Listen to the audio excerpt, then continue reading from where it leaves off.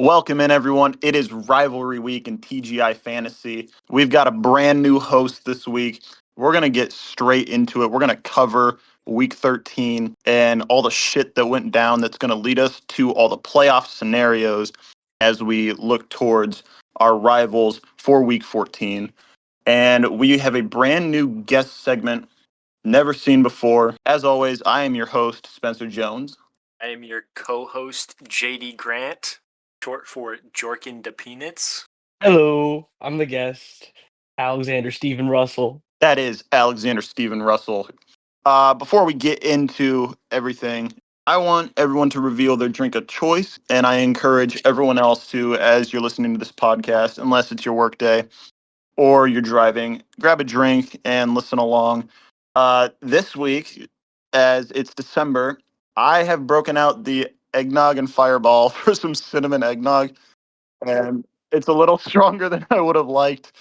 It brings me back to my freshman year and not in the good way. Ooh, fireball and eggnog, gross. It's a great combo, though. No. I'm having a Tastes little like whiskey it right tastes now. like It tastes like whiskey. What what? whiskey you drinking? Oh, I was I'm crushing a little Jeffersons right now. Probably follow it up with a little H2O. Make sure I'm Jeff staying Reserve. hydrated. Yeah, Well, good just like stuff. whatever's on my cabinet, you know how it goes. Yeah. Yeah, big Jeff stocks. Good stuff. I got the same as last week. I got 2 cans of the Crisp Apple Light Angry Orchard that will be getting consumed. Yeah, I got a complaint actually from last week. Um, and they were disappointed when I told them that you did not crush all 6 cans over the course of 25 minutes like Andreas told you to. All right. Well, I did say that if Ryan makes the playoffs, if Ryan wins and is in the playoffs this week during next week's episode, I will drink. I'll down an entire can before every game.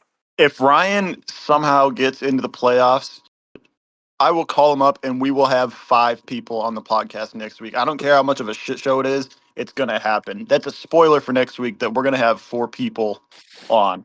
We're gonna have a But foursome. yeah, exactly. You're going to 2-man and I'll 2-man. Ooh. Yeah. Pause. I don't know. Anyways, Aros is joining us this week. We're gonna get a little league profile on him. This is his 8th season in the league. He's a true veteran at this point. He holds a league record 75 wins, three ahead of me and 4 ahead of Cleo, who is storming up the rankings on I believe, 4-game win streak, might be a 5-game win streak. Aros just a couple weeks ago clinched his 6th playoff appearance. That's 6 playoff appearances in 8 seasons, and he got his 3rd straight first round bye. We've said it multiple weeks now. He's got one every single year it's been available. He is the 2018 season champion. He was the runner-up last year, and this is fucking ridiculous. He has the highest point differential in league history at plus 1,475. And for me to put this into perspective to you of how ridiculous this stat is, second place is Henry with like 900 above. And then I think I'm third and I'm like plus 300. Cleo might be third now, but it's a 1,200 point drop from first to third, which is Good year. It was a good year. ridiculous. No, it was multiple good years. Ironically, I think your 2019 year was better than your 2018 year. You just didn't come out with the championship. Yeah. Eros has a 500 or better record against every active member in the league, except for some fucking reason, Jackson. You're 2-6 against Jackson, which I'm just screams goated. random to me. Like, I don't know where that came from or why you guys have played 8 times. That's so absurd. But yeah, Jackson, you hold that distinction. I think Aros might also be like 0-1 against Matt Bonner, but yeah. Legendary league member Matt Bonner. The only member to get kicked for not paying I guess the first member to get kicked for not paying the buy-in. I forgot Ziggy was a casualty. It's Uh, like he was a casualty of the Matt Bonner rule. yeah. Aros is a two-time point champion. He's chasing down Cam right now to try and become a three-time point champion. And he was the winner of the 2024 March Madness bracket challenge. And Let's there's a just talk bunch of about that. other. What's up? Let's talk about that points champion, that third one. If I did not do the kicker battle, which was cool, by the way, I think I would be in first. You'd be in first, like 20 points ahead of Cam. It would be It, close, and it's still possible that you can get it, but Cam has turned out like three straight 150-point weeks and gapped you. So yeah, he's nice. yeah, He's nice. yeah. There's a few more miscellaneous anecdotes here and there that Aris has picked up, but those are the big ones. Before we get into our Week 13 review, the awards show that we're doing in person for the first time. A little info on that. We're doing it a little bit different than past years. Awards are going up, or nominations are going up at the same time, and they'll close at the same time. They have every year, and as always, the Wednesday before, or I guess this year's the Tuesday before the championship, we will have the awards ceremony. This year, Jackson and Aros are both going to be helping me out in terms of production and putting together the nominees. Normally, I've done this on my own. They will be helping me put out better nominees than in the previous years. It's going to be a great time. With that, we will get right into our Week 13 preview. And this week was a doozy. We went in with three teams having clinched and 10 still alive to make the playoffs. And we have come out with five clinched spots and four people running down the last playoff spot. The game of the week, though, was between two people that had already clinched their spots, and they were de facto fighting over the second first round bye, and that was Cam bringing down the house on Nagel. Cam gets to 10-3. Nagel falls to 9-4, and right then and there, Nagel was uh, eliminated from getting a first round bye, but Cam had to sit and wait until the end of Monday night to find out if he was going to get that first round bye, as he needed Jackson to beat Landon. And we'll get into that game in a bit, but Cam does come out clinching a first round bye with the opportunity, of course, to get the top seed if you would like. Now, Cam put up 155 to Nagel's respectable 119. Nagel had the second highest score of the week, and that actually went over my head until about 2 hours ago when I was looking back over some of the stats, and I realized that Nagel had the second highest score because in a full PPR and tight end premium, 119 is like a oddly low score for it to be the second highest of the week. And normally I would look at this and be like, oh, Nagel got like kind of shafted, but there were like six teams within 5 points of him or something like that. And while he like lost out on luck of the draw, it was just an odd week in scoring. I think this was probably the lowest week in terms of total scoring that we've had. Yeah, Cam did top the scoring this week. Goes for his second top score of the year, and in the league, he didn't manage to get one his first 2 years. I think his top score going into this year was only like 134 points or something like that. But yeah, I think I've covered pretty much all the bases talking about this. If you guys have any extra thoughts that you want to add, you guys can go ahead. I got something. A while back, towards the start of the season, Cam had to change his name for reasons, and I'm just wondering if changing his name was like the catalyst to like get all any like bad juju out of his team and roster, and now he's just like cleaning house and looking like he's gonna win the championship.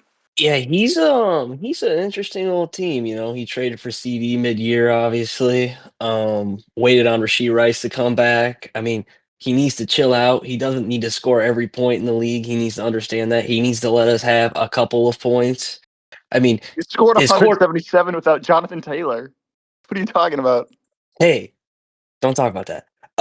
Caleb Williams, I mean, had under 10 points. I mean, so your quarterback's not scoring any, but between his wide receivers alone, he had 50. So, oof, he's a tough team. He's a tough team.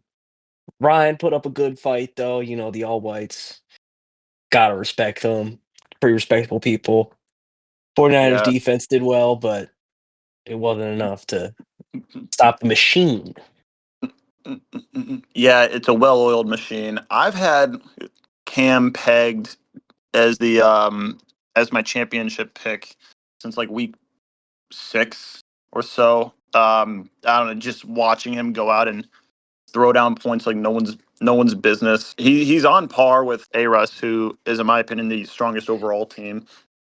Uh but him and A Russ have locked out the top 2 seeds, and this is the first time I think we're looking at 2 teams that are so clearly ahead of the rest of the field that like I don't think anyone's gonna have any gripes with them being the top 2 seeds. But this is exactly why we introduced the first round bye in the first place. Is that I mean, Aros, you've had it 3 years now. You can probably talk about the safety of it. Like you guys don't have to worry about getting bounced unexpectedly out of the first round by like Mitch having the game of his life, and you two can kind of coast from here on out.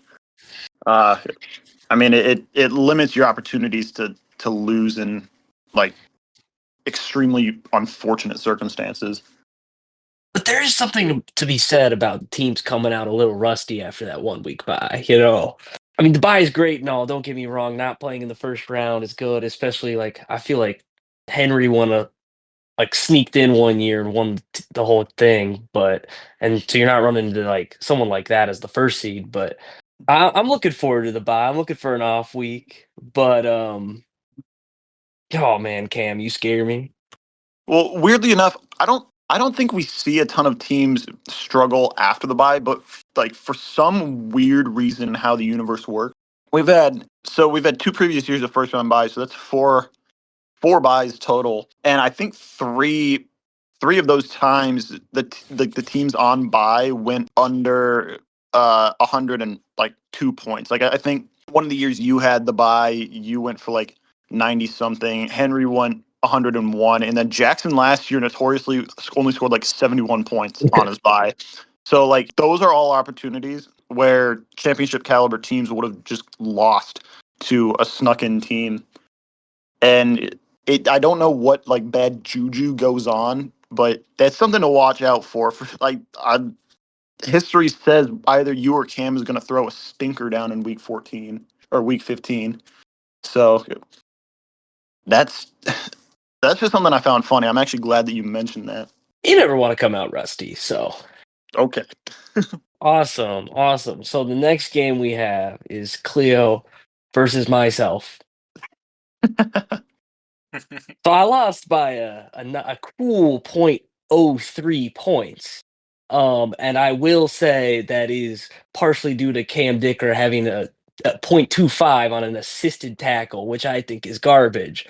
But I AK's did, AK would be so proud of that a kicker assisted tackle lost you a game. it was heartbreaking. I was going into Monday Night Football. I'm like, Diggs is gonna do so well. They're giving me like a 90% chance to win. Diggs, welcome to the bench, buddy. You have now had 2 weeks in a row under 50% snaps played on offense. You blew it. I mean, yes, Taylor's playing well. I mean, the Colts and my running backs are well, but I mean, you can't stop AJ Brown's 35 on Thanksgiving Day, even though the Eagles' offense is bad. I mean, it was just a tough game for me. Um, I thought 117 might clear, but Cleo Loki is churning out points here recently, and it is only fitting that I lose to my boy Daniel Jones. Yeah, this game was just interesting. I didn't even know. I was too busy focusing on my own game. I didn't even realize until you texted me what the hell was going on here. And if this game was like any bit more important for the playoffs, I think it would go down in infamy. This is the second closest score we've ever had. I want to say it was like Logan and AK in 2020 or 2021. I didn't fact check for whatever reason, but that was separated by 0.02. And this This game's just really tough looking at it. There's not anything you really could have done better. And that Garrett Wilson not being there is really starting to show signs. Diggs was never like slam dunk like starting wide receiver, and you've been having to use him as your wide receiver one. And your running backs have been good enough to like kind of balance that out. Uh, but like, do you know? Are you gonna get Wilson back for the playoffs? I think so. I saw reports of him possibly coming back. But then again, he does play for the Jets.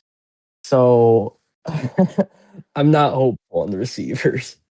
Jets are also notoriously like bad with their training staff. Was it Mekhi Becton who they threw back into the game one time with a concussion and he got reconcussed? I mean, look at Wilson himself this year. I mean, he went out with an injury and then they rushed him back and he immediately re-aggravated it and got put back on the IR. I was like, what are you fighting for? You're the Jets. You're bad. Yeah. So not only was this just a hilariously bad beat for you, this was actually a pretty landmark game for Cleo, clinching a playoff spot in a season that at one point we were talking about Cleo being less than desirable as a team, and then Cleo just decided to turn on the Jets and win 4 or 5 games in a row. But Cleo gets to 6-8 against you, Aros. Also joins the 15K club, 15,000 points. I think AK is the last pre 2019 person that needs to get there, and he's 300, 400 points off or so. He probably won't get it this year. Uh, that's not a dig at him. I was just trying to like figure out where he was in the order, but he's next up to get there unless Eddie finds 300 points a game or something like that. Cleo also ended a like 40. I want to say it's 42-week MacGuffin drought. It was the second longest active streak, about 40 weeks behind Jackson's streak. I think you're up to 78 weeks now of having not touched the MacGuffin, which is ridiculous. I'm just him. Yeah, closest score in a MacGuffin matchup ever. Cleo held the previous closest score. It was .2, and then yeah, Aros, your season's been pretty good. You're on pace for the third best point differential all time. Cam is trailing you by 7 points right now in that department, I believe. And then it wasn't like big this week, but I just wanted to note that Jonathan Taylor outscored Josh Jacobs again. I'm a big Jonathan Taylor guy. So I'm happy he's on the roster. I'm not. I know Jackson's a big fan of the whole trade, and let me just dive into this real quick. You guys paint me like a bad guy, I feel like. I was brought this trade. I did not manufacture this as I have in the past. Mitch texted me. He was literally on the podcast a week before that saying about how he was never going to trade with you again because of how fucked he got. And then he literally just turned around and handed you like candy. Yeah, not only did I then take a minute to negotiate when I should have just accepted it, but I got a pick swap out of it. It was great. That was so dumb. why Mind numbing. why are we trading out for season players as assets? Like what the fuck? Well, I was sat there and I put Hunter on IR, and I knew they were going to shut him down. I was like, they're not going to risk a rookie. The Jags are dumb, but not this dumb. And then, hey, and then I had a chance to ship him off the team, so I had to. The funny part about that is Mitch probably could have just like said, "Hey, I'll trade you like my 10th round pick for Travis Hunter, who's out for season." You probably would have taken it because it would have been free fucking draft capital. Yeah, I would have, but it was like a beaver staring at the Hoover Dam. Famous finger words right there. I just couldn't believe my eyes. Yeah, all-time great saying that is. Yeah, Mitch, he's 3-1 since the trade. He's 3-1 since the trade. We'll get to that. I do Yeah. quickly want to circle back, kind of reiterate what an insane run Cleo is on. She's on a 5-game win streak. Going from 3-5, 8-5 is crazy work. And shout out to Cleo calling her shots in that playoff prediction episode. I believe she's even overperformed her expectations. I want to say she had herself dropping a game or two and like sneaking in at like 7-7. I don't quite remember, but that's crazy work to put yourself in the playoff picture when you were sitting at like I think Cleo was 4-5. yeah 4-5, Yeah. and to just win four straight after calling that is crazy. Well, yeah, and that's the thing. I think Cleo's called every game. Cleo had herself at 8-6, and I think she might have even said that like her loss was going to be to Ryan at the end of the year, which is an insane amount of faith to put in. And I'm just impressed it's worked out. Like it was a ballsy call. Like it was nuts. And I kind of thought it was crazy, but here we are. I also didn't think I would be 5-8. Yeah. I mean, Cleo's got a good team. Gibbs, Gene T. Brown. Yeah. One of those players is always going to do well. So, and led by Vanilla Vic. So, Yeah. We're seeing a weird instance where I think Henry and Cleo's trade genuinely helped both their teams. Henry needed not Genty at the moment. Clearly needed a Cowboys player on his roster, and then Cleo turned uh Javante into was it Brown and Genty, and AJ Brown didn't look all that great through halfway of the season. So I mean Genty's either gonna get 3 points or 30 points, and there's no in between. the Raiders for you. For our next game, it involves a certain individual we brought up previously and a member of this podcast with Mitch's 115-point victory over Spencer, who scored 114.09. It was less than a 2-point victory, and watching Spencer crash out live in the chat was a thing of beauty, personally. Mitch now ties the series 3-3 and is now 3-1 after making the Jonathan Taylor trade. I don't know what dark gods he consulted or what corner of the galaxy these star gods came from, but the magic they've been able to cook up to drag Mitchell's sorry ass team to a winning record and a playoff spot has been nothing short of demonic. He can't win in a normal way. I feel like I we definitely said this last week. We might have said it once before. Like every win he has, some bullshit happens. And this week it was Amon Ra getting hurt in the first quarter and going out, so I was down a player. Like I, I can't remember what it was last week that we were talking about when, because I know I said the exact words, Mitch can't win in a normal way. I want to know what he sacrificed to get this level of luck, because I feel like multiple years now, Mitchell will just pull some crazy wins out of his ass. Like, what, 3 years ago in 2022 when he made the playoffs with a negative point differential. And if Mitchell makes the playoffs this year, he will be the worst team to make the playoffs since he did previously a couple of years ago. So Yeah.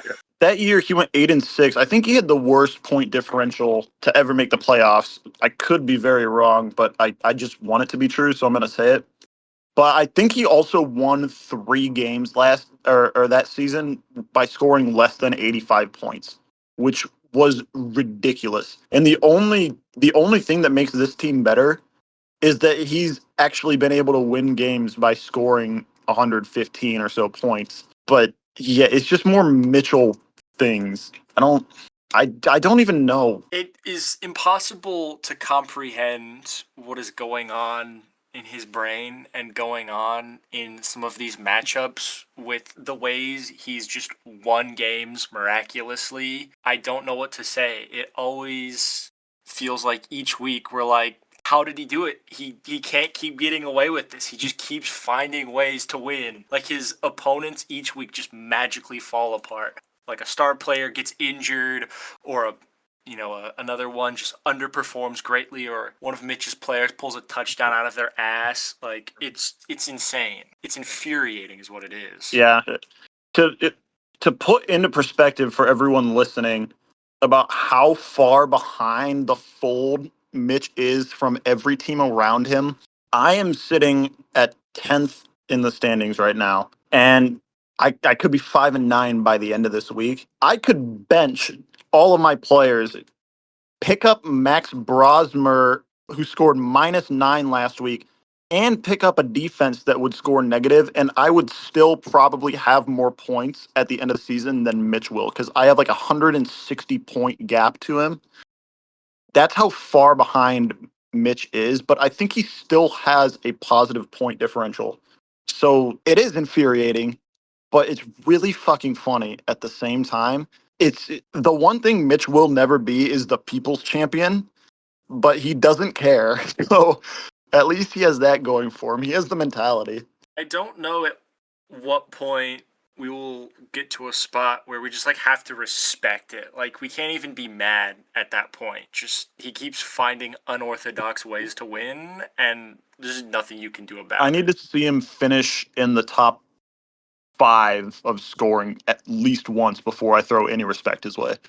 He still hasn't done that. So, and he's made the playoffs twice now. He hasn't made it yet. He still can be eliminated. We'll get to that later. That's true. I'm jumping He in. only won to spite Finger. That's all he want. He didn't care. He just had to win. So he spoke some whatever sun god thing he's on about. But Yeah. Wandale, Wandale, he's gonna crank out 10 because wasn't Wandale not on your team earlier this year, Finger? Yeah, I traded Wandale to Mitch, and that eventually turned into, through the course of trades, that turned into Brenton Strange, technically. So considering my team has the 3 wide receivers they do, it actually was a positive overall for me. But yeah, that kind of sucked because I traded in Wandale. Also, shout out Wandale for having 7 targets, 7 catches, getting just enough points to end my season, like on the first drive of the third quarter, and then not touching the ball the rest of the game. That was phenomenal. Yeah. Giants football right there, baby. Yeah. I'm just sitting here. I'm 5-8. My team last year went 6-8, and that was hands down the worst team I've ever put together. And it might actually be like the 10th worst team in terms of scoring ever. And I'm just trying to fathom how the fuck that team is going to have an equal, if not better, record than than my team this year has. Like that's just fantasy for you. It's just nothing you can do about it, really. You just want to note that Spencer and I do have the same record. I'm ahead of you in the standings. Fuck you. Yeah, but you're gonna miss the playoffs. Already did miss the playoffs. There's Yeah, that's nothing why you presumptive are. You're about gonna. that. It's set in stone. Look at us, 2 people in the basement, and we're talking to someone who has the same amount of wins as we have combined. Battle for the basement. No, it's the battle for fuck you. I hate losing to you because every year it's some new bullshit. 2 years ago, when Saquon Barkley in the last 2 minutes of fourth quarter, Monday Monday night, took the 2-point conversion in to beat me. Oh man. And I already knew I was cooked by that point. It was week 3 and my team was just not it. And I just already knew. One of the highlights of my fantasy career. Honestly, probably a better victory and a better feeling than winning the championship. Is that true? Maybe. Okay. I I'm a was sitting on the circle. couch and I got super anxious, and then when he caught that 2-point conversion, I genuinely just got up from my couch and like sprinted around my living room and like did like 2 laps just like I screaming. was actually at A Russ's house for that game. And I don't remember if A Russ was there. You might have gone to bed, A Russ, but I know Andreas was there and he watched me sulk. I didn't crash out. I just kind of sat there and I'm like, what the hell? Because I actually didn't think he got in at first. It was like an LJ Scott effort to get in for that It was 2-point. weird. He definitely like got in on the touchdown that they called back, and then he definitely didn't get in on the 2-point conversion. Yeah. And then they just gave it Yeah, to him. it was like watching LJ Scott give 110% on that goal line carry, A Russ, if you remember what I'm talking about. Yeah, unfortunately, I know the Big Ten championship in 2015. I thought LJ Scott was gonna be so good. He was ass. Yeah. I think one thing you guys all miss that I get to enjoy is Spencer crashing out not only in the fantasy group chat, but to just me, and then also my group chat with me and him and Nagel. It's actually funny. It's like every 5 to 10 minutes we see something like he calls JJ McCarthy a terrorist or JJ McCarthy is the worst It's thing. because he is a terrorist. JJ McCarthy legitimately legitimately, I might bench Justin Jefferson next week on merit because he's for the last like 5 weeks he's averaging like 7.5 points a game. Skill gap, man. Like, I mean, it's so funny we're here that like I thought you were gonna at the beginning of the season. I was like, oh, we're all done. He's gonna roll through, and Dude, that's you missed the that's playoffs. fantasy, man. It's funny now. See, I get heated about fantasy for no reason, but it's funny now, and I can laugh about it. And when I think about it, it's a pretty funny season. It's like when I realized I was gonna get so many points dropped on me by Cleo, I actually started rooting for Cleo because I was like, if I'm gonna go down, I'm going down in flames. I wanted Cleo to score like 200 points. So yeah, I think that's enough dogging on Spencer for this week. yeah. I was just about to try and segue. The next game was huge for the playoff implications. This was Ryan and Andreas.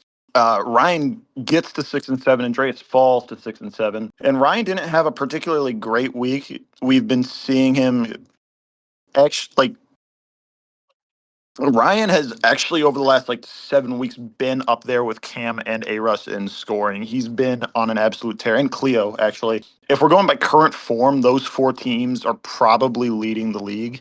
But this was on the lower end. But Andreas puts out another sub 100 performance, like his third in like 4 weeks. I don't know what's changed with this team. Andreas talked about not having star power, but it's like night and day, and it's not like he's lost players to injury. It's not like he had all those points from players getting injured.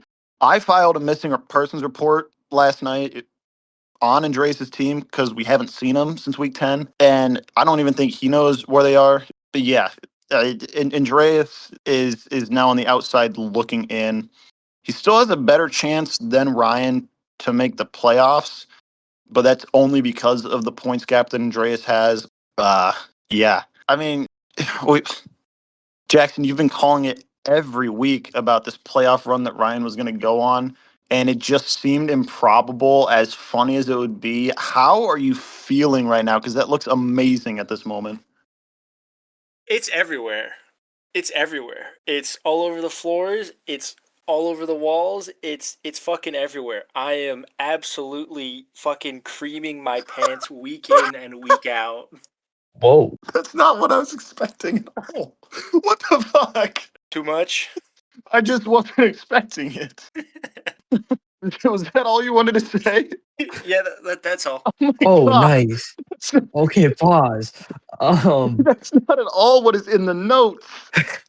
Yeah. I have other things to say, but I'm I have sweating. things to say about Andreas. I don't really have much to say about Ryan.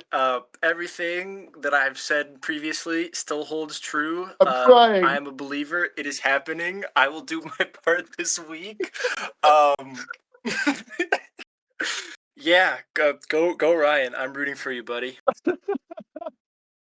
I think it would be bad if we did not bring up the fact that they are both 6-7. Now, that is funny.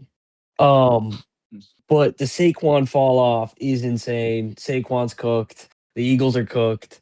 Andreas is not looking ideal because you have two of them on your team.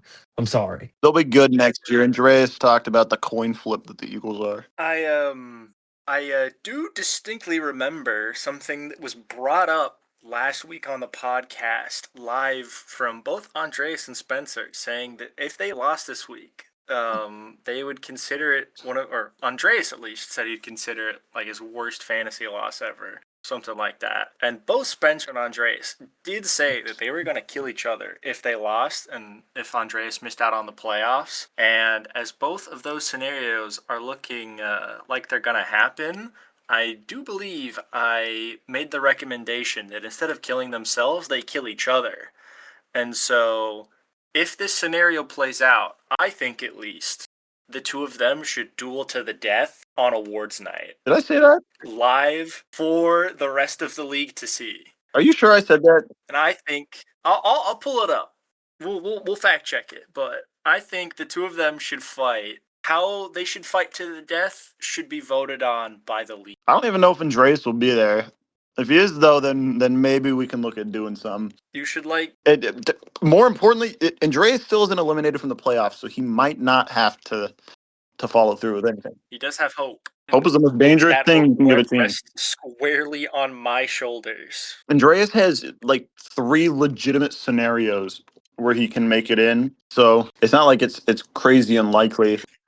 Yeah, it happening though. Ryan's gonna make the playoffs again for the 6th straight year. Like that, it's just an omen at this point. It's like Thanos. Like, I am inevitable. That's just Ryan's team in the playoffs. Nothing else to be said. Yeah, Lord knows he's gonna lose in the first round, but he'll make the playoffs. All right, well, following that absolute heater, we have what I affectionately referred to last week as the sleeper game of the week, meaning that it would put you to sleep. This is true. I actually do I, distinctly remember you saying that. And when I checked the score, like Sunday evening, I was like, Jackson called it shot for shot. Damn. Yeah, exactly. I barely managed to score 100 points with 100.98. Landon had a sub 75 performance. And there's not a whole lot to be said. I guess my victory over Landon did secure Cam that other first round bye. And I look like I have a decent chance to make that middle tier playoff bracket and miss out on the toilet bowl, or I guess have a chance to claw my way out of the toilet bowl bracket this year. Some of the other stats, I am 3-0 against Landon, so this might have been an early indicator as to who was going to win this game, but as we've kind of said previously, Landon's team just isn't super inspiring. He's got a lot of solid players, but there doesn't seem to be a ton of like star power, and he's sort of like Nagel's team where he's going to be good for anywhere from 100 to 120, but looks like this week he just put up a stinker, and I managed to scrape together another win. Yeah, I feel like I've said every week of the podcast how Landon's team is just uninspired. Like there's just you don't look at it and see it as a championship contending team, but he just keeps going out and winning his matchups. And last week, I finally gave his team credit for like pulling out all those wins, and then he turns around and does this, and we're right back to square one. Where at least he has the points scored to like back it up. Granted, he scored 190 points in one game, so that's being propped up by one amazing game, and other than that, it's been a whole lot of average. But his team is honestly just like a slightly better version of Mitch's team, if you ask me. He's getting Hampton back though soon, hopefully. So that'll be big for him. But Hampton was supposed to be back this week, I think, but I think Saturday they called in Vidal to be the starter. yeah, so he'll be back in 1 or 2 weeks. So I mean that'll be big. I mean he's having to start Kareem Hunt. So once that's over, he'll be locked in. Kareem Hunt, who just decided to start finding the end zone every week for a stretch there.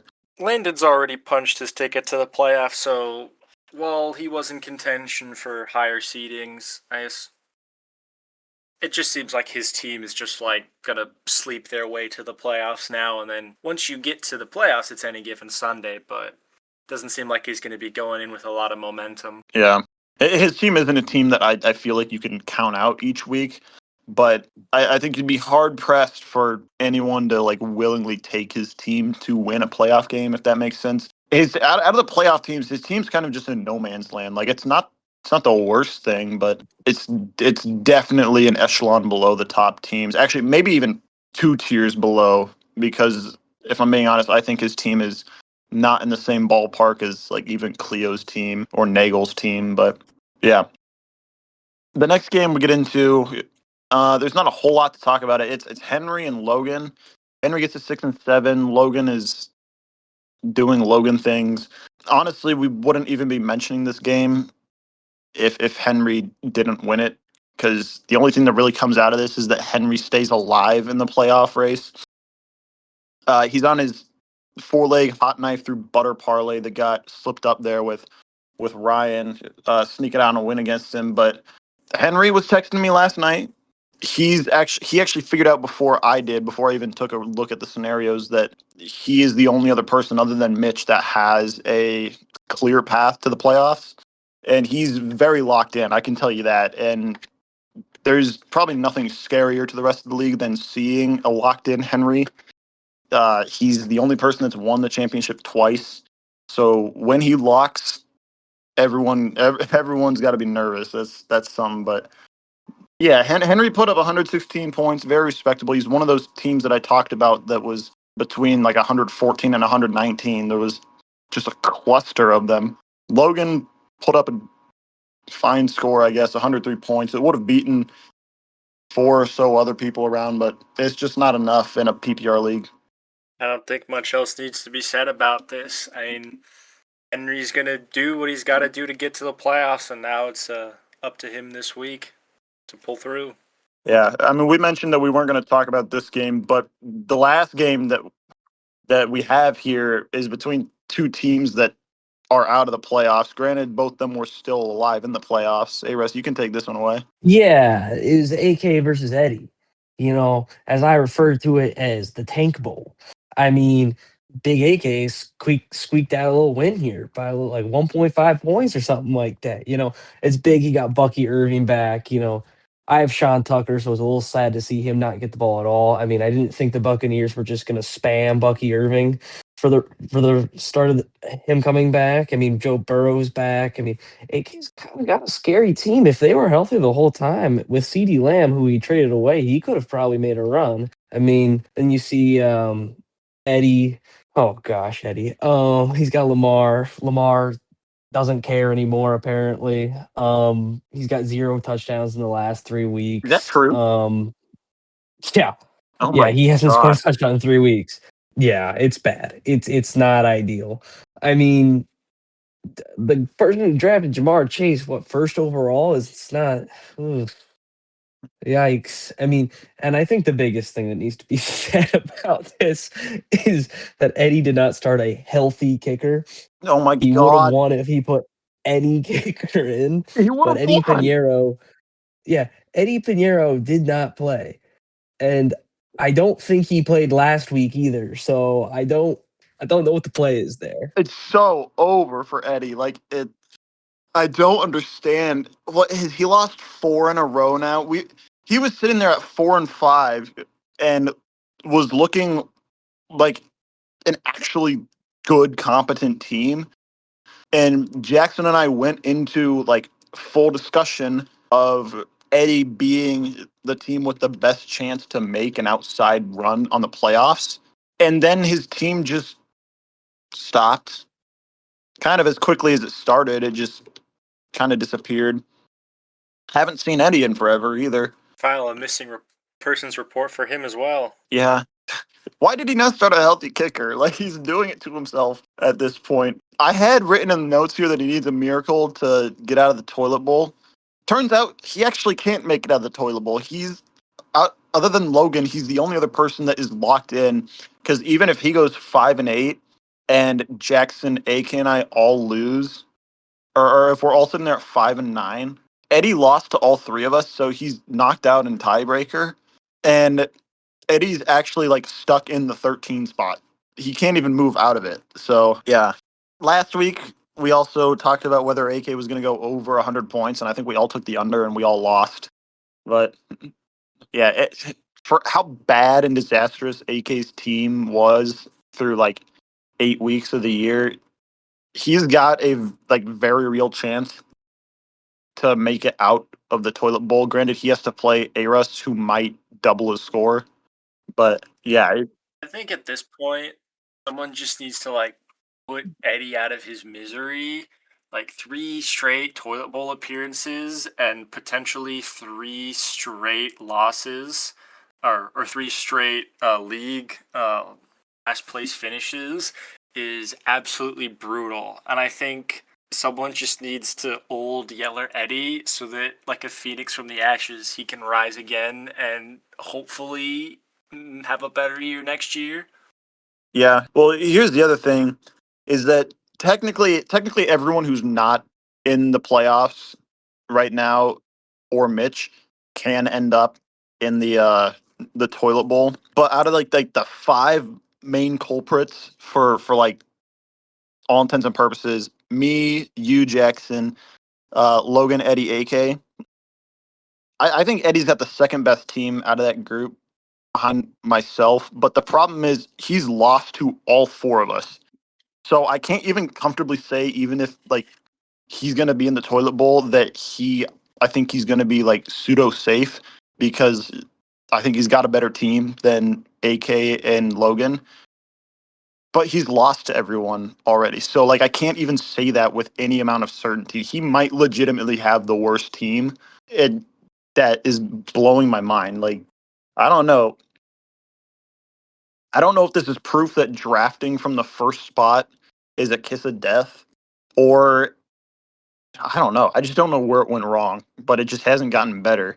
But the kicker thing is ridiculous because Eddie could have put himself in a spot to make it out of the toilet bowl by winning this game. And it's actually going to win him the Mitchell Walsmith GM lowlight of the week. Aris basically covered it. Eddie Pinheiro, Eddie, all you had to do was start any, literally any kicker. None of the kickers went negative this week, I don't think. So like any starting kicker you picked up would have won you this game. And this is literally something that lost AK a match earlier in the year. Actually, it lost him a match to Mitch. So there you go. There's Mitch's bullshit win of that week. Yeah, he lost. He eliminated himself from even the loser bracket because of it. If he goes last place, we can firmly, like, out of all the uncontrollables, we can point to this specific game and say this is where he lost the league for the third time in a row, was this game and not picking up a kicker. So that's going to win him the Mitchell Walsmith GM lowlight of the week. Following the Mitchell Walsmith GM lowlight of the week, we're going to get to Alex's hot take of the week. Alex is going to take up the reins from Jackson, and he's got a spicy one for us this week. Ooh, ooh, yeah. My It's like hot ones, that kind of yeah, spicy. yeah, yeah. My hot take is that AK's team is not bad. Like with CD Lamb, he would have been good, and we just talked about this. But I'm pretty sure that's what I said at the beginning. I don't remember, but that's okay. But this is what I'm going with. I think AK has a solid team up and down. Obviously he, sent his CD for picks and stuff like that. But I mean, Burrow, Irving, Worthy, Goddard, Pitts even sometimes score, which is it's finally his time. It's finally been his breakout year. I mean, here we are. I mean, Bam Knight on the bench even has like 15 this week. I think he would have been a playoff team if he didn't have to deal with all these injuries. Yeah, so that's probably the hottest take that we've had so far on this podcast. But I actually agree with it because post draft, in the chat, I remember saying, or at least maybe it was to AK. AK will back me up on this. I said that he had, in my opinion, the third best team coming out of the draft, and then after 2 weeks, it was just dismantled by Bucky Irving and Joe Burrow being hurt. I think CeeDee Lamb got hurt early in the year too, and then Tony Pollard decided that he was going to turn his 20 carries per game into 40 yards. So Pulled his yeah, inner Najee Harris out, so that's good. yeah. The battle of mid-ass running backs in Tennessee, by the way, with Tajay Spears, just they're both good for 8 points a week, no more, no less. Like that's what you're getting out of them. Well, we covered week 13. And now this is my favorite week of the entire season, and that's rivalry week, week 14. We've got a full slate of nice games, plus Logan and Nagel, that we're going to get through. And we're going to open up with our game of the week, as always. And this is going to be between Landon and Cam. Yes, Cam is on here for a third time in a row, but it was the best unnamed game. It's going to get slot in here. But it's also got some decent playoff implications. Yes, they're both already in playoffs, but the whole playoff picture can drastically change based on how this game goes. Cam is also one game off of 500 all time. He could become 500 for the first time since week 10 of his rookie year when he was 5-5. So that's a huge landmark for him. Landon needs to display some sort of anything, PEDs maybe, to show that he can compete. Yes, he beat Cam earlier in the year, I believe. Um, but I feel like since week 6, we've just seen Landon be like a shell of a team, which now that I think about it is about when Hampton went down. But like there's no confirmation that Hampton's even going to be back for this game. Right after that, we've got the McGuffin game, and when I put out this shell for the notes before Monday night started, I was almost certain that Aros was going to win his game. So I had to switch this all around. The McGuffin game is actually between Ryan and Cleo, which means that we could be in for another scenario where if Ryan wins, the McGuffin doesn't make it to the playoffs, and there's going to be a McGuffin fuck fest in the middle bracket. But that being said, Cleo just got the McGuffin back for the first time in 40 or so weeks. Her 5th time holding the McGuffin, and this game is going to shape very quickly how these playoff are going to work. Because if Ryan doesn't win, that throws a lot of scenarios out the window. But if Ryan does win and Mitch loses, all mayhem basically ensues at that point. But Cleo can still end up anywhere between the 3rd and the 6th seed in the playoffs. So Cleo has a lot to be for here. On top of the McGuffin game, just coming off an absolute like instant classic, and we're gonna get two teams that are on fire right now. The next game we have is the Alex Bowl. And Alex, I'll let you talk about this one before I chime in with a couple questions for you about it. This is a big game. I mean, me versus AK is always fun. Not that we I mean, there's no colluding that ever goes on here. I mean, it's just how can we make Finger's life worse? It's like, what can we do to give him the biggest headache? Now, I did want this to be the McGuffin Alex Bowl. I did unfortunately lose, but don't forget that Finger did overrule a great trade earlier in the year with the I McGuffin. didn't overrule Uh, shit. Cleo overruled it. Rightfully so, too. It was stupid. Wrongfully so. It should always be mine. Yeah, but there's gonna be no shenanigans. It's just gonna be a great matchup. I mean, I'm looking for first round bye. AK's looking to get out of the toilet bowl. No shenanigans. Definitely believe that. Part, Just good, clean football. part of me Yeah. still believes that AK wants to do the beer mile and is just looking for a reason to do it. But I also don't know if he's that stupid. But yeah, Yes, I have a really good idea what we should do for the Alex Bowl this year. In previous years, we've done kicker bowls. Um, you can get one kicker, one random player, stuff like that. This year, we should just do the running back bowl. You could only play running back. I like that idea. murder. Absolute murder. Imagine you lose. Yeah, that would be awesome. Who does he have? He doesn't have Tony Pollard anymore. He has Bucky Irving. Who the fuck else does he have? Um, Bam Knight, I'm pretty sure. Jeez, I Who? think When Bam did Knight he change from started Donovan? for the rest of the regular season. I think they might have shut Trey Benson down for the rest of the regular Oh, season. yeah. He's got Zonovan Knight, Nick Chubb, and Bucky Irving He has versus Nick I only have a Chubb. couple. Oh my god. Yeah, Does he start him? yeah. No, he's on the bench, Okay, but good. I'd say running backs are a weak spot on my team, so it'd be a fair fight. How about you get your running backs and AK gets all of his players? Yeah, You might still yeah. win. Can I get my kicker too? It's an important part. Yeah, you can get your kicker. Who even is your kicker? Just a woman respecter, Harrison Butker. Oh, yeah. Well, I was going to ask you what shenanigans were going to happen this time, but I'm very glad that you cleared up beforehand that there were not going to be any shenanigans. Yeah, no No shenanigans shenanigans. It's whatsoever, I think you said. yeah, there's Yeah, no I shenanigans can't wait unless to I think I want to. Oh, I can't wait to open my app at 11:59 to see what you guys have done. Yeah, following this is the game I circle every year. It's the oldest rivalry in TGI fantasy. It's me and Andreas, and 2 weeks ago this looked like it was going to be a banger matchup for the playoffs.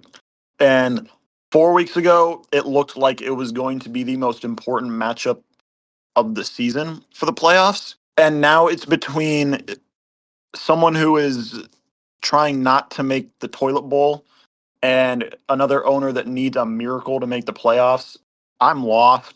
If I do lose this game, I'm pretty much guaranteed to be in the toilet bowl unless Jackson and AK both lose. So yeah, it's this matchup was supposed to be better than it is. I don't really have a whole lot to talk about it other than that for the second year in a row, I have the opportunity to eliminate Andreas from the playoffs. So I'm looking forward to that. Next game, we had what has been coined the Battle for Beaverdale. That includes myself and Mitchell Wallsmith. I am the league's only hope. I need to beat Mitch. Nothing else needs to be said. I need to clutch up and beat Mitch this week so that he doesn't make the playoffs. Only Jackson can save us at this point. This name for the rivalry matchup was created a couple days ago, and we had a bit of a spitballing phase, and we came up with some other ideas that I just want to go over. The first one was the Blunder Bowl. Spencer countered with the Ass Bowl. I had the idea for the Ineptitude Invitational. Spencer then came up with the Battle for Beaverdale, which ultimately won, but there was one other name that I was particularly fond of that doesn't make as much sense now, especially this season, or last season for that matter, but when Mitch and I joined the league, gosh, 5 years ago for me, we were routinely 2 out of the bottom 3 or 4 teams every single year, and there was 1 or 2 years where we were like flip-flopping back and forth between 13th and 14th. So if we would have gotten a name for this matchup 2 to 3 years ago, I think my idea of the Battle for the Basement would have been a banger name, but Battle for Beaverdale has taken the cake for this matchup. I was really fond of Ass Bowl. Did Mitch actually suggest anything, or did he just sit there? No, he just responded like 20 hours later and said he was busy. Yeah. Yeah. Jackson, you are 65 points off of 10,000 points in the league. If you didn't know, I just wanted to throw that in your way. It gives you some motivation. Basically, you just have to royally fuck up not to get there, but Yeah, I just have to bench all my players, participate in a kicker bowl. yeah. The last game of any like genuine noteworthy is Eddie and Henry, all-time classic rivalry. I think it's been a runner-up for best rivalry 2 or 3 times now. It's got some playoff implications, none for Eddie, but Henry is the only other person other than Mitch that can clinch a playoff berth outright and doesn't need to rely on some points tiebreakers. And that's pretty neat. We'll get into that here in our next segment, but yeah, Jackson, if you want to take the last game, at least mention it, you can go ahead. Sure. Unfortunately, we don't have any cute or funny nicknames for this one. It's sort of a rivalry, or at least has the chance to become a new rivalry, but we got Logan versus Nagel. There's very little not importance, but there are very few playoff implications to this game if I am seeing this correctly. I mean, Logan's just sitting at 2-11, and while Nagel started out hot, he's just kind of settled down as a definitely a playoff team, but he was looking like a top contender. So the outcome of this game doesn't really change much. Yeah, the only way this becomes interesting is if Nagel loses, which which at this point is pretty unlikely, but and even then it might not even change anything. So it's like there's like a 3% chance this game's relevant by the end of the week. But that's going to take us right into road to the playoffs. It's the last time we're going to be using this segment before next week, where we're gonna profile the 6 playoff teams, and we're going to make our playoff picks. But this week, we're going to run through some playoff scenarios. The first overall seed, the first round buys have been clinched up, so we're not going to talk about those. But we're going to run through all the playoff scenarios for the 4 remaining teams that can still get in. And then just for fun, we're going to talk about that third seed just because the fourth and fifth seed become a little murky. For clinching the first overall seed, this is between the two teams that have already clinched their first round buys. It's Aris and Cam. Neither of them have been the first overall seed in the 16 playoff era. I think Aris was the top seed in 2018 and 2019. Maybe not 2019. At least one of those years, he was the top seed. All he has to do to get it this year is to win against AK, or he can tie against AK as long as Cam ties or loses to Landon. Or hell, if Cam loses, Aros gets it. Aros has direct tiebreaker over Cam. Even if Nagel gets in at 10-4, Nagel's lost to both of them, so Nagel isn't a factor in any of this. For Cam, he does need some help. He has to win, and Aros either has to tie or lose to AK, or Cam has to tie with Landon, and Aros loses. But there's no outright way for Cam to get it. For clinching a playoff berth, this is what everyone probably wants to hear about. I dropped the spoiler into the chat, but I want to talk through this and break this down with you guys. I think it does more justice than just reading a block of text. The most likely team to make it is the lone 7-6 team, and that's Mitch. Mitch has a wildly high percentage compared to the others. Out of the 16 possible scenarios, he is a direct entry in 11 of them. And granted, he's basically a non-factor in like 4 of the last 5, but he can still play a head in there as long as he like outscores Andreas by 100 points or something like that. It's not going to happen. If Mitch wins, he's in. He's playing Jackson, and Jackson, while you have a ton of voodoo magic on you, um, you're the underdog in this game. So it's like, even with that scenario, Mitch is still likely to get in. Or if Mitch doesn't win, um, actually, even if Mitch ties, Oh fuck! I just checked. Drake May's on bye this week. oh my Shit, God, I'm fucked. you're kidding. I'm fucked. I'm fucked. You I'm can have so Tyrod fucked. Taylor. I forgot there's teams on bye this week. Who's the other team? Ooh. Is it? It's not Washington. Who the hell else is on bye this week? Giants and Niners. There's So got to be a Mhm. fourth game. Wandale Robinson and Juwan Jennings are both on Fucking bye. Wandale couldn't be on bye And, last week. God damn it.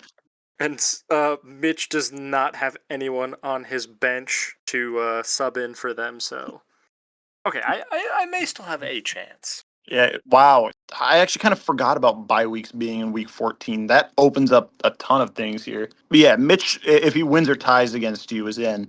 If he doesn't do either of those, then he needs Henry and at least one of Andreas or Ryan to lose.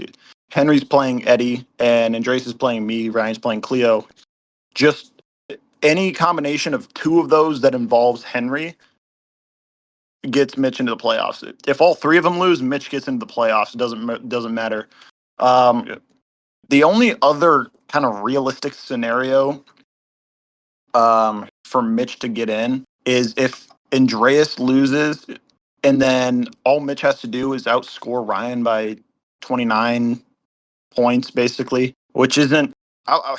Ryan's got a better team, and I think he will outscore Mitch, but it's not impossible. But yeah, I mean, at this point, Mitch needs a lot to go not his way to get in, and the only thing we've seen this year is everything on Earth go his way. So, I mean, calling Mitch a playoff team really isn't that far fetched at this point. I hinted at it.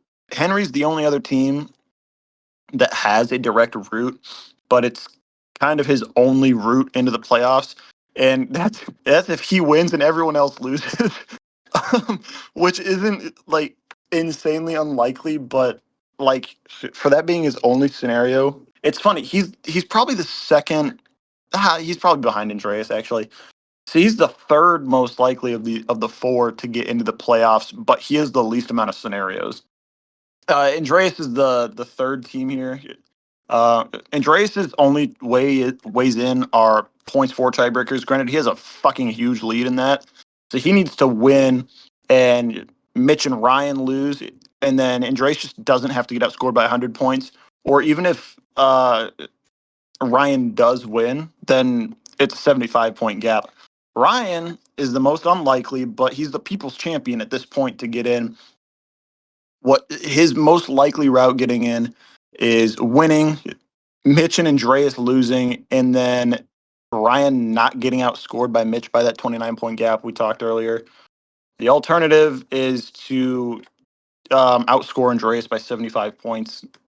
The last thing we're going to cover through is clinching the 3 seed. There's 3 teams available for this, whereas the 4, 5, and 6, there are, I guess the 4 and the 5, there's 4 teams available, and the 6, there are 7 teams that can 6 teams.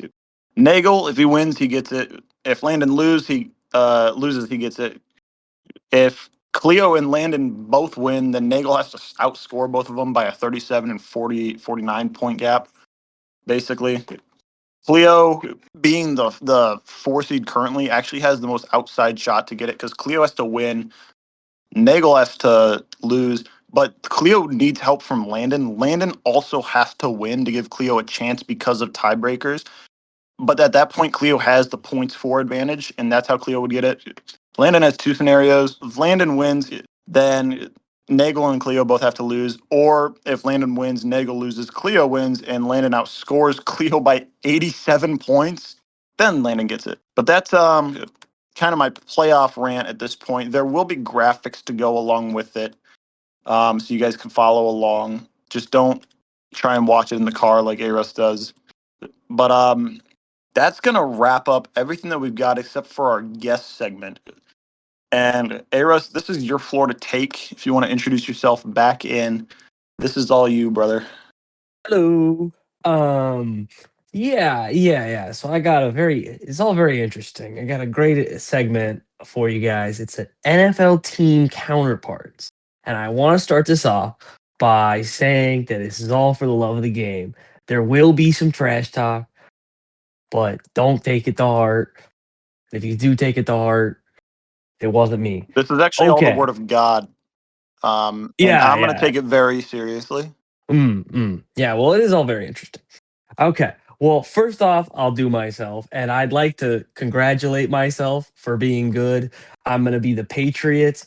I was a once good dynasty when I started, and we're back. While I haven't won that crowned second championship yet, it's looking ideal. But I was on the bottom floor there for about 2 years, but we're back. We're so back. And then to go with that, I do have Henry up next. He is the Chiefs. He was considered the new era from mine to come in and just dominate. He's taken a kind of a step back, but I mean he's still incredibly dangerous, just as the Chiefs are this year. I think he's 6-7 right now. That's Nice. correct. Yeah. But yeah, no, he's a machine. I don't want him in the playoffs. I know what he does in the playoffs. I don't like it. Next up we have my good buddy Finger. He gets to be the Vikings. Oh, man. He made some big moves just like the Vikings did for number 9, but it did not work out. He's a cursed organization because of the commissioner's curse, who had a lot of talent and promise, it feels like every year, but has nothing to show for it. The Vikings are always competitive, very, very rarely really, really, really bad, but are unfortunately trending down. Sorry, Finger. Um, That's so I dumb. got big man. I got. Let me talk to you about this is Nagel's time to shine right here. Nagel is, even though he is a known Spanish and Chinese man, he's also a proud owner of the all white team. So with that, he got the 49ers. They're white, they're proud, they're winning. There's a good spot to be in the third place. He was undefeated for a really, really, really long time. Um, Nagel, my sweet Chinese man, I'm proud of you for how you've done this year, even though you put yourself at a disadvantage. Cornerstone Christian Mitch, McCaffrey. yeah, McCaffrey's a dog. Mitch is up next. Mitch doesn't get an NFL team. He doesn't get the privilege of it. he gets the comparison to a man who was born on October 20th, 1889. If you don't know who that is, look that up. He's worse than Nico Harrison. Somehow he's winning. The whole league hates me and him due to something that he proposed. Mitch has got that sun god, whatever he was talking about, that nonsense, that heebie jeebie. He doesn't get a team. The And whims if and he was to invisible get hands, I believe is what he said. yeah, The Star Yeah. Gods. Yeah, no, he doesn't he get said any. that was an ill conclusion to make with Star Gods. I got flamed for it twice. Oh yeah. Well, he said that it was, but then he colloquially referred to them as such. Yeah. Mm, mm. Yes, Jackson, More bullshit. I got you up here next. I got you as the Buccaneers. Irrelevant outside the one championship. I Um think irrelevant is putting it nicely. Fucking loser, irrelevant ass. yeah, you sold your soul for that like one championship.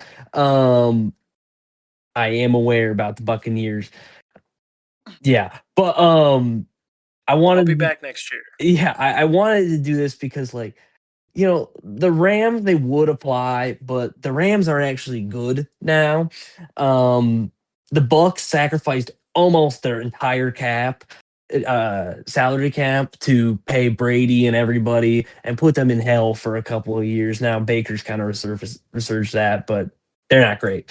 But instead of cap, you did that with your draft capital, and look at what you're doing this year. Yikes. He's still probably gonna have a I better mean, record I than got me. this.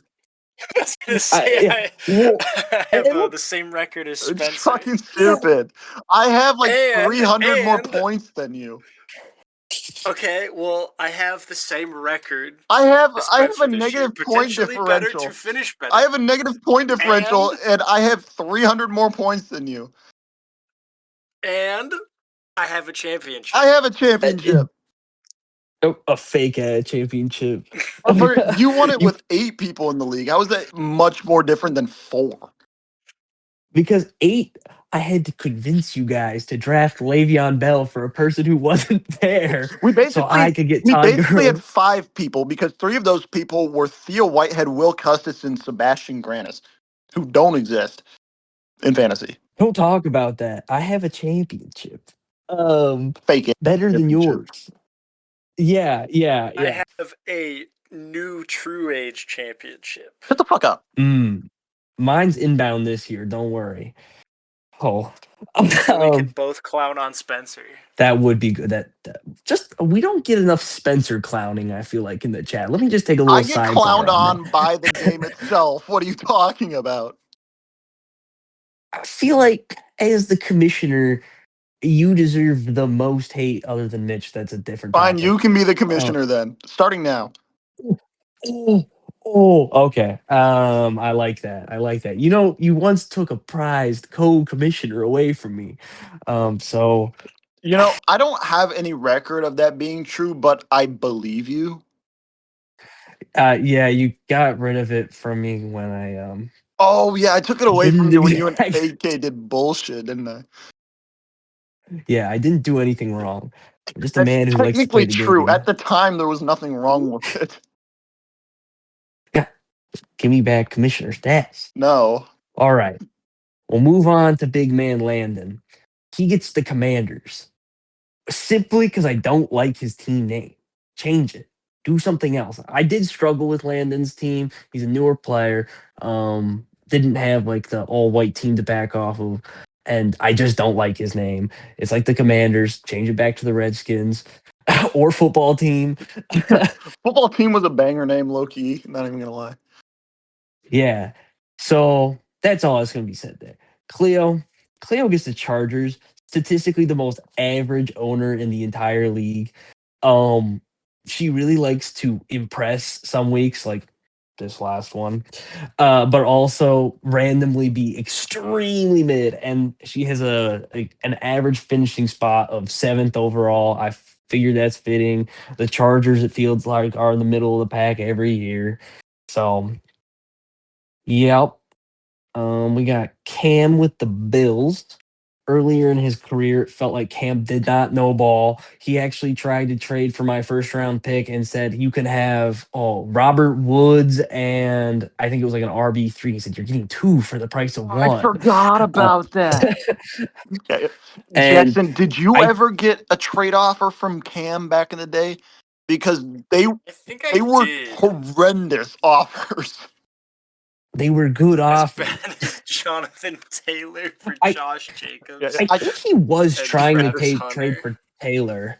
I well, Yeah. I don't remember who it was last year. I before I blew everything up, I tried to trade for someone from him, and like when I told him who I want, like I asked for like an above average player. They weren't like a top player or anything, and he wanted he wanted my top player in return. Like he wanted Neighbors, I think, and I'm like, no. Sorry, random Yeah. Cam flaming, but yeah, No, it was bad. and that's why. Robert Woods It's is because good. He swears. yeah, yeah, that's why he's these Bills. It's because he did not know ball early on, but now he's turned it around. He made a good trade for CD Lamb. I fumbled the ball by being at work. Um, he Yeah. scores so much, it's actually insane. And he is my personal pick to win the league. Fun Cam, you get that. fun fact about that CD Lamb trade. So when AK came to me, I told him no unless you were trading for him, then I would counter the offer. What? Yeah, yeah. I said if Aruss offers you something, tell me what he offered, and I'll throw in a bonus pick to what he offered. Right. Right. Right. Okay.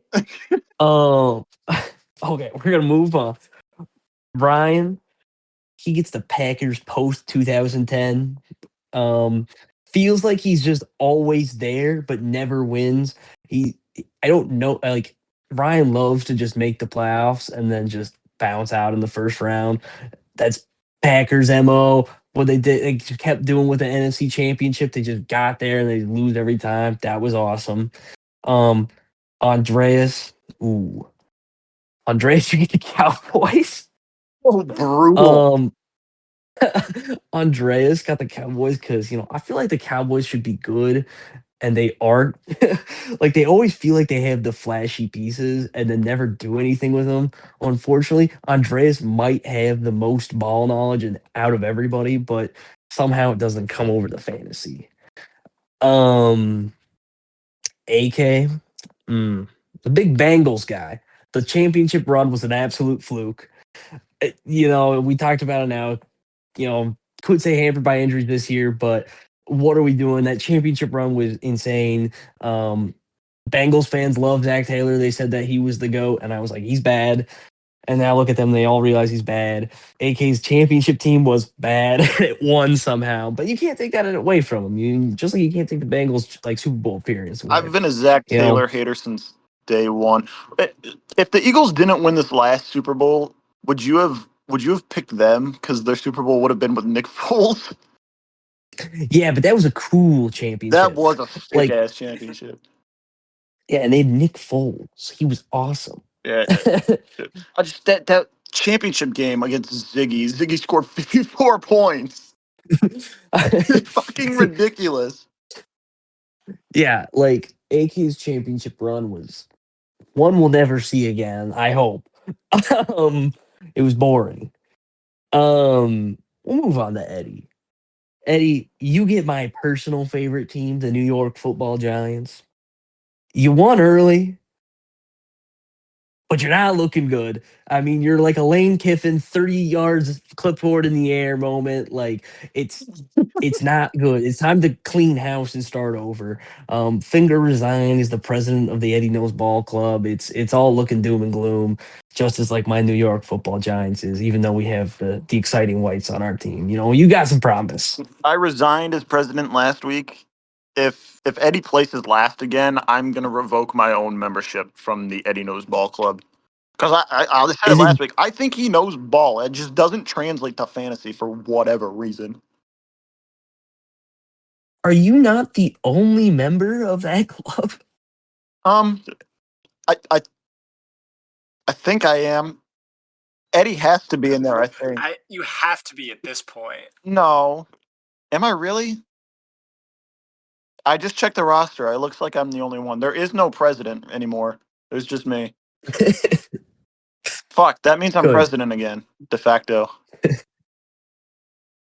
Yeah, you love being president. I am President once Finger. again resigning as president.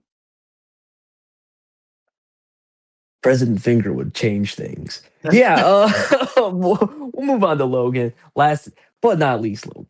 We got him listed as the Carolina Panthers.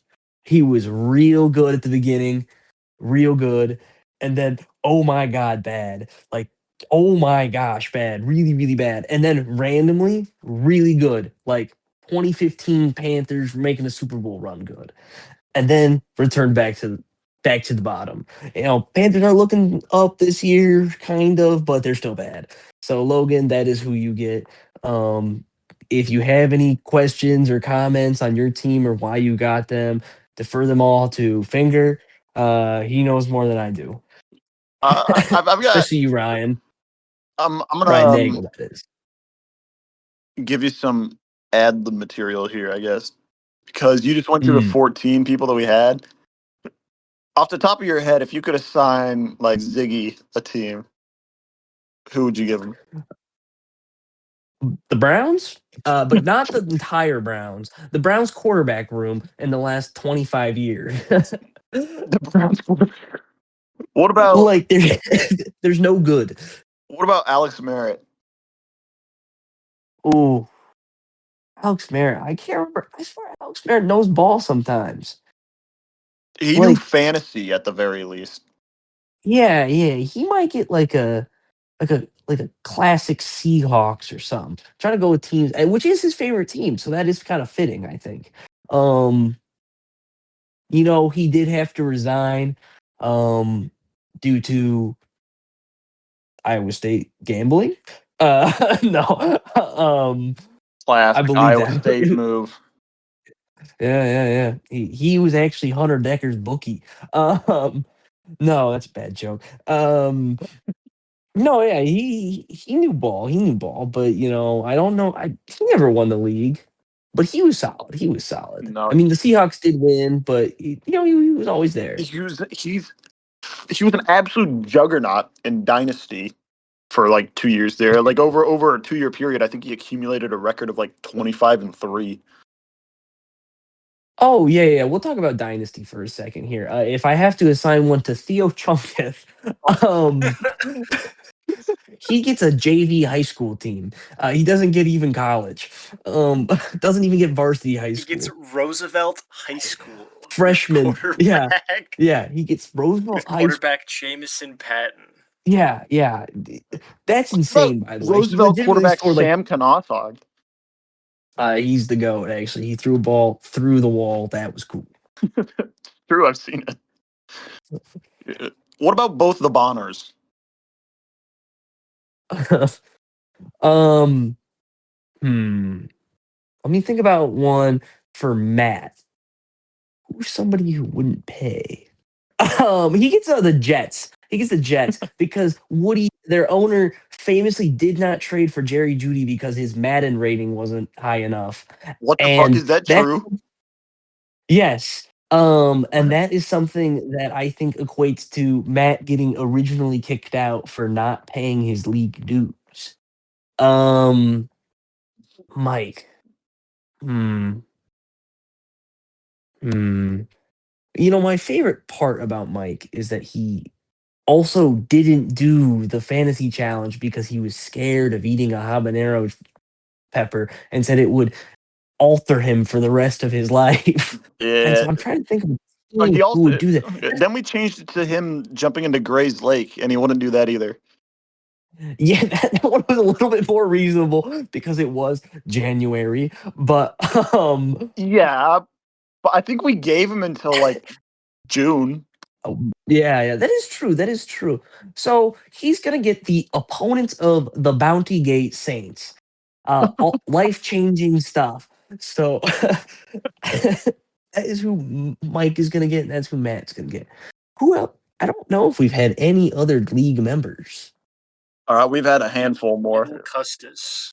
Oh, Will Custis. The He- Arizona Cardinals. There's nothing good. Um, hmm. What about Theo But yeah, those Whitehead? are the. Oh, Theo Whitehead. I think his name was just Team Whitehead. Yeah, it was. um, hmm. I don't even know. The Raiders, because are they even doing anything over there? They got Tom Brady, but they're not really Geno doing Smith throwing anything. picks. Yeah, That's pretty equivalent to Theo Whitehead, I feel like. there's one other league mate that you've actually played with. You never played with Nathaniel, but Sebastian Grannis, I did play Sebastian. Yeah, with. Hmm. What team was it that got passed in the first round? Was it the Vikings yeah. that took too long on the draft clock? That's who I'm going to give to Sebastian. I know you have the Vikings already, but he also gets the Vikings because fa- um, I knew Le'Veon Bell was going to sit out, and I convinced you all that night that Le'Veon Bell was not going to sit out, and that I should get in pick number 2 Todd Gurley as he was the worst player. So that's what, even though I just wanted Todd Gurley the whole time, who then won Offensive Player of the Year. So that's who Sebastian Grannis gets. Those are all the league members, Well, and I think that wraps up my segment.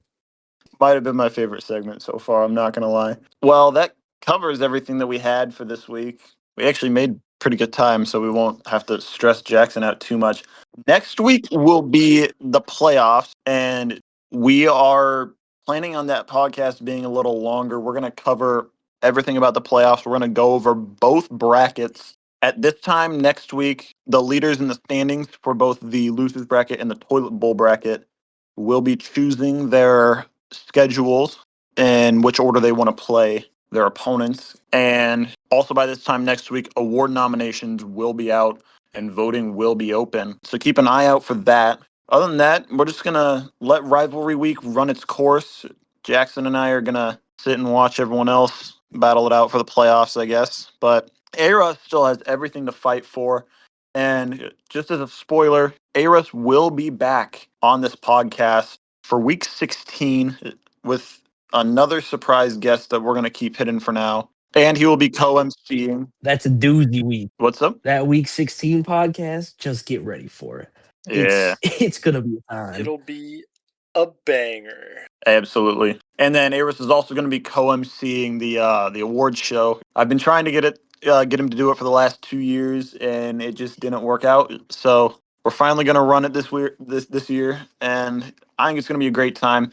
I wish everyone the best of luck that is still fighting for playoff spots, except for Mitch Wallsmith and everyone else who's eliminated and in my camp. I just wish you the best. So good luck, everyone, on your playoff pursuits, and we will see you next week.